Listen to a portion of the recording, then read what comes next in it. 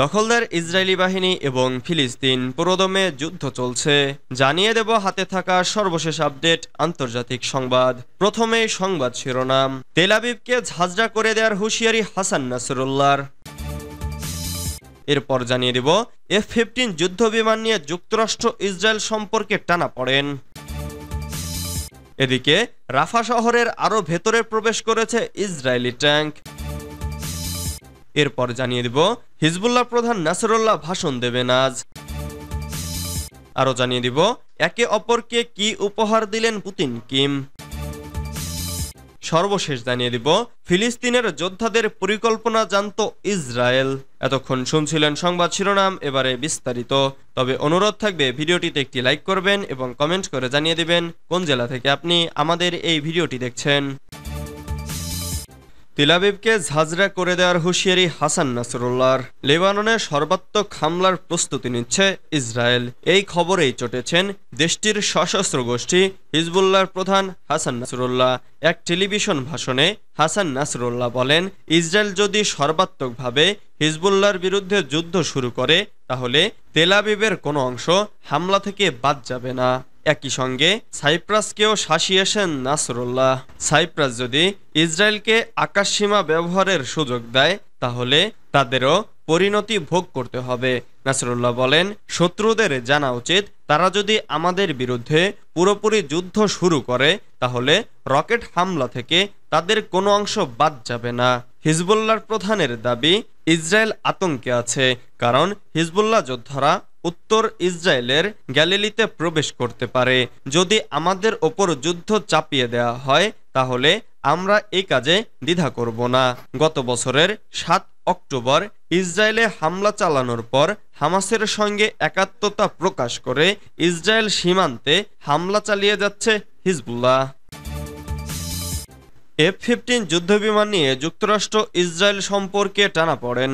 মার্কিন president Joe বাইডেনের প্রশাসনের বিরুদ্ধে ইসরায়েলে অস্ত্র চালান বিলম্বিত করার অভিযোগ করে আসছে তেল আবিব। এর মধ্যে মার্কিন সংবাদ মাধ্যম ওয়াল স্ট্রিট জার্নালের এক প্রতিবেদনে বলা হয়েছে, কংগ্রেসের সমর্থন থাকলেও ইসরায়েলকে 50টি F-15 যুদ্ধবিমান সরবরাহ করতে হোয়াইট হাউসের পদক্ষেপে কোনো অগ্রগতি হয়নি। এই খবর প্রকাশের পর ক্ষোভ প্রকাশ করেছেন ইসরায়েলি প্রধানমন্ত্রী বেনিয়ামিন নেতানিয়াহু। গত মাসে $18 বিলিয়ন মূল্যের এসব যুদ্ধ বিমান ইসরায়েলকে সরবরাহে শীর্ষস্থানীয় ডেমোক্র্যাট নেতারা নিজেদের বিরোধিতা থেকে সরে আসেন। তবে এই বিষয়ে মার্কিন পররাষ্ট্র মন্ত্রণালয় আনুষ্ঠানিকভাবে কংগ্রেসকে জানায়নি। ফলে এগুলো পেতে ইসরায়েলকে আরও অপেক্ষায় থাকতে হচ্ছে। মঙ্গলবার এক ভিডিও প্রকাশ করে এই বিলম্বের সমালোচনা করেছেন নেতানিয়াহু। তিনি বলেছেন, মার্কিন প্রশাসন ইসরায়েলে অস্ত্র ও গোলাবারুদ সরবরাহ আটছে। যুক্তরাষ্ট্রের ঘনিষ্ঠ মিত্র ইসরায়েল নিজের অস্তিত্ব রক্ষার জন্য লড়াইছে, ইরানের বিরুদ্ধে লড়ছে। রাফা শহরের আরো ভেতরে প্রবেশ করছে ইসরায়েলি ট্যাঙ্ক। যুদ্ধবিমান ও ড্রোনের সহযোগিতায় গাজা উপত্যকার রাফা শহরের আরো ভেতরে প্রবেশ করছে ইসরায়েলি ট্যাঙ্ক। ফিলিস্তিনি স্বাস্থ্যকর্মী ও বাসিন্দারা বলেছেন, বুধবার ইসরায়েলি অভিযানে 8 জন নিহত হয়েছেন। ব্রিটিশ বার্তা সংস্থা রয়টার্স এ খবর জানিয়েছে। স্থানীয় বাসিন্দারা বলেছেন, মঙ্গলবার মধ্যরাতের পর ইসরায়েলি ট্যাঙ্ক 5টি এলাকায় প্রবেশ করে। আল মাওয়াশি এলাকায় বাস্তুচ্যুত মানুষদের তাঁবুতে ভারী গোলাবর্ষণ ও গুলি হয়েছে। প্রায় 8 মাসের যুদ্ধে এখন পর্যন্ত যুদ্ধবিরতিতে হামাস ও ইসরায়েলকে রাজি করাতে পারেনি আন্তর্জাতিক মধ্যস্থতাকারীরা। এই মধ্যস্থতার উদ্যোগকে সমর্থন দিয়ে আসছে যুক্তরাষ্ট্র। ইসরায়েলি সেনারা গাজার বেশিরভাগ এলাকাকে বর্জ্যস্তূপে পরিণত ও বেশিরভাগ ফিলিস্তিনি ভূখণ্ড দখলে নিলেও এখন পর্যন্ত তারা হামাসকে নির্মূল ও ইসরায়েলি জিম্মিদের মুক্ত করার লক্ষ্য অর্জন করতে পারেনি। হিজবুল্লাহ প্রধান নাসরুল্লাহ ভাষণ দেবেন আজ। হিজবুল্লাহ প্রধান হাসান নাসরুল্লাহ ভাষণ দেবেন আজ। স্থানীয় সময় বুধবার 19 জুন বিকেল 5টায় ভাষণ দেবেন তিনি। লেবাননের ন্যাশনাল নিউজ এজেন্সি জানিয়েছে, ভাষণে হিজবুল্লাহর নিহত ফিল্ড কমান্ডার তালিব শামী আবদুল্লাহকে স্মরণ করবেন নাসরুল্লাহ। চলতি মাসের শুরুতে ইসরায়েলি হামলায় নিহত হন তিনি। কাতার ভিত্তিক আল জাজিরা এই খবর জানিয়েছে। একটি প্রতিবেদনে আল জাজিরা সাংবাদিক জেইনা খোদর বলেছেন, ভাষণে নাসরুল্লাহ ইসরায়েলের সঙ্গে সীমান্তে লেবাননের ক্রমবর্ধমান উত্তেজনা নিয়ে কথা বলতে পারেন। এর আগে রয়টার্সের এক প্রতিবেদনে বলা হয়, মঙ্গলবার হিজবুল্লাহর সঙ্গে সর্বাত্মক যুদ্ধের হুঁশিয়ারি দিয়েছেন ইসরায়েলি পররাষ্ট্রমন্ত্রী ইসরায়েল কাজ। মঙ্গলবার গোষ্ঠীটি ইসরায়েলি শহর হাইফার নজরদারি ফুটেজ প্রকাশ করেছে। এরপর ওই দিনই এমন হুঁশিয়ারি দেন কাজ। ইসরায়েলি পররাষ্ট্রমন্ত্রীর এই হুঁশিয়ারির পর আজ ভাষণ দিতে যাচ্ছেন হিজবুল্লাহ প্রধান। আশা করা হচ্ছে ভাষণে ইসরায়েল হিজবুল্লাহর সংঘাত নিয়ে কথা বলবেন তিনি। একে অপরকে উপহার দিলেন পুতিন কিম। বিশ্বে উত্তর কোরিয়ার মিত্র দেশের সংখ্যা হাতে গোনা। তবে দেশটির দুই প্রধান মিত্র বিশ্ব রাজনীতির দুই প্রভাবশালী দেশ রাশিয়া এবং চীন। তাই রাশিয়ার প্রেসিডেন্ট ভ্লাদিমির পুতিনের উত্তর কোরিয়া সফরকে কেন্দ্র উৎসবের নগরীতে পরিণত হয়েছে পিয়ংইয়ং। উত্তর কোরিয়ায় উষ্ণ অভ্যর্থনা পেয়েছেন রাশিয়ার প্রেসিডেন্ট ভ্লাদিমির পুতিন।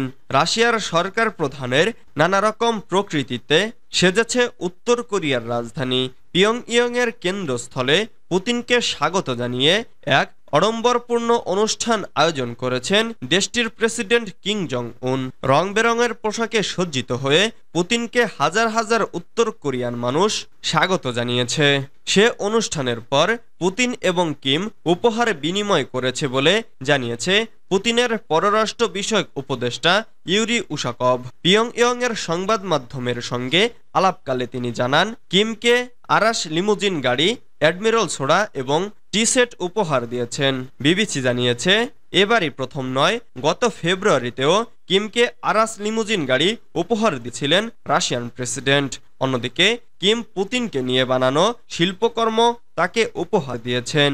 আজ সন্ধ্যায় উত্তর কোরিয়া সফর শেষে ভিয়েতনামের উদ্দেশ্যে রওনা হবেন পুতিন।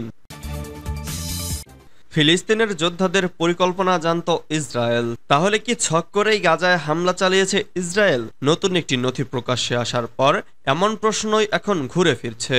ফিলিস্তিনের স্বাধীনতাকামী যোদ্ধারা ইসরায়েলে হামলা চালিয়ে সাধারণ মানুষকে অপহরণ করবে, এমন বিষয় কয়েক সপ্তাহ আগে থেকেই জানত ইসরায়েলি সেনাবাহিনী। ইসরায়েলের সংবাদ মাধ্যম কান নিউজ এক প্রতিবেদনে এমন পিলে চমকানো খবর প্রকাশছে। ইসরায়েলি সেনাবাহিনীর Gaza division detailed and tour and red training শিরোনামে ওই নথি তৈরি করেছে। হামলার প্রায় 2 সপ্তাহ আগে, অর্থাৎ গেল বছরের 19 সেপ্টেম্বর ওই নথি বিতরণ করা হয়। সেখানে বলা হয়, ফিলিস্তিনিদের স্বাধীনতাকামীদের সংগঠন হামাস যোদ্ধাদের এলিট ইউনিট সিরিজ মহড়া চালিয়েছে। এই মহড়ায় সামরিক পোস্টে হামলা চালানো, সেনা সদস্য ও বেসামরিক নাগরিকদের অপহরণ এবং জিম্মিদের গাজায় রাখা হবে, এই বিষয়গুলো অন্তর্ভুক্ত ছিল।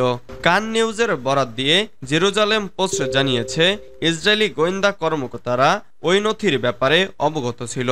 7 অক্টোবর ওই হামলা রুখতে ব্যর্থতা নিয়ে সমালোচনার মধ্যে এই নথির কথা সামনে এলো।